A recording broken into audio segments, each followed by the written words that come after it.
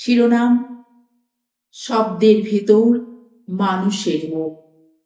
কলমে সুজিত ঘোষ। কবিতা কথা বলে নীরব মানুষের অব্যক্ত বেদনার গোপন উচ্চারণে।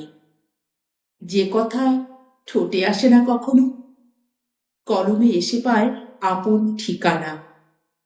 চোখের জলে ভিজে ওঠা স্মৃতিগুলো ছন্দ হয়ে ঝরে কাগজের বুকে।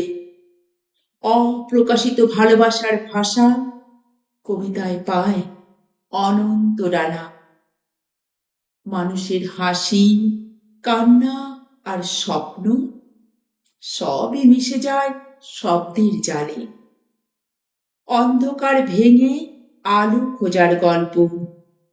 কবিতা লিখে যায় জীবনের অনন্ত কল্লোল। বিশ্ব জুড়ে একটাই সুর বয়ে যায়, মানুষ আর তার মনের কথা।